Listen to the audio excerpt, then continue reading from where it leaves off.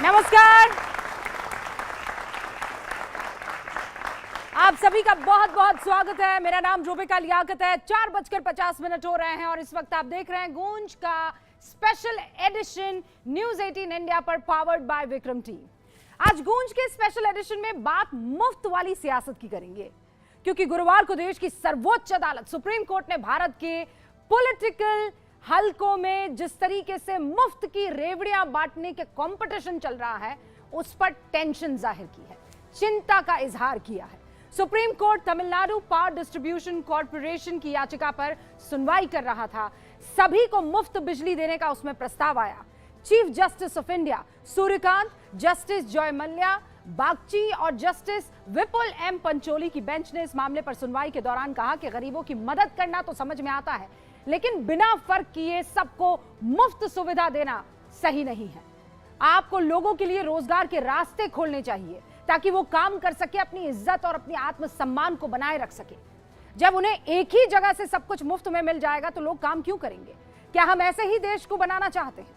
देश के मुख्य न्यायाधीश जस्टिस सूर्यकांत ने इसके साथ राजनीतिक दलों को बहुत कड़ी फटकार लगाई है और आप ये कह सकते हैं कि नसीहत देते हुए कहा कि अचानक चुनाव के आसपास स्कीम क्यों अनाउंस की जाती है।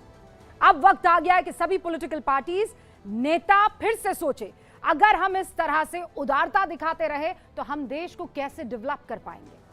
क्या हम एक बड़ा रोड़ा उसमें नहीं अटकाएंगे? एक बैलेंस होना चाहिए। और ये कब तक चलता रहेगा कि मुफ्त में आप सब बांटते रहेंगे? सुप्रीम कोर्ट की तरफ से दी गई इस नसीहत की वजह आप भी जान लीजिए। रिजर्व बैंक के आंकड़े हैं हमारे पास। पंजाब अपने टैक्स की कमाई का 45.4% हिस्सा सब्सिडी पर खर्च करता है। आंध्र प्रदेश 30.3% हिस्सा, मध्य प्रदेश 28.8% हिस्सा इसी सब्सिडी नाम की चीज पर खर्च कर देता है। और इसका असर यह कि पंजाब पर 3 लाख करोड़ का कर्ज, पंजाब की कुल जीडीपी का ये 46%, उससे भी ज्यादा। और आंकड़े बताते हैं कि बड़े राज्यों में जीडीपी के मुकाबले कर्ज पंजाब पर सबसे ज्यादा है। क्या है इसकी वजह, वो भी जान लीजिए। पंजाब को अपनी कमाई का 90% हिस्सा सिर्फ सैलरी, पेंशन, ब्याज और सब्सिडी पर खर्च करना पड़ता है। इसके बाद सड़क बनाने से लेकर इंफ्रास्ट्रक्चर पर खर्च करने के लिए राज्य के पास पैसा बचता नहीं है, तो फिर कर्ज लेना पड़ेगा। और पंजाब का तो मैं सिर्फ इसलिए उदाहरण दे रही हूं क्योंकि वो चार्ट को टॉप करता है।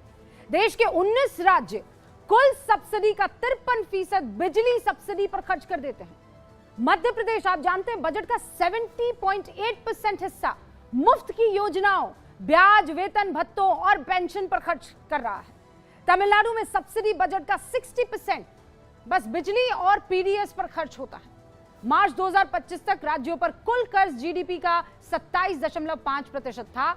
मार्च 2026 तक ये बढ़कर 29.2% होने का अनुमान है। ये आंकड़े क्या बताते हैं कि मुफ्त के चक्कर में कर्ज के जाल में ढकेलने में हर सियासी दल अपना योगदान बहुत मुस्तैदी के साथ दे रहा है। ये सब सिर्फ इसीलिए क्योंकि वोट पाने का ये शॉर्टकट तरीका बन गया है। बड़े बुजुर्ग कहते हैं कि आसान रास्ता हमेशा भविष्य में बहुत बड़ी कठिनाइयों को न्योता देता है। और इसीलिए आज गूंज में बड़ा सवाल है, क्योंकि एक तरफ हम कहते हैं कि 2047 तक हमें सोने की चिड़िया बन जाना है, और दूसरी तरफ हम अपनी जनता को रोजगार की जगह अगर हाथों में मुफ्त की रेवड़ियां थमा देंगे तो क्या वो सपना साकार हो पाएगा?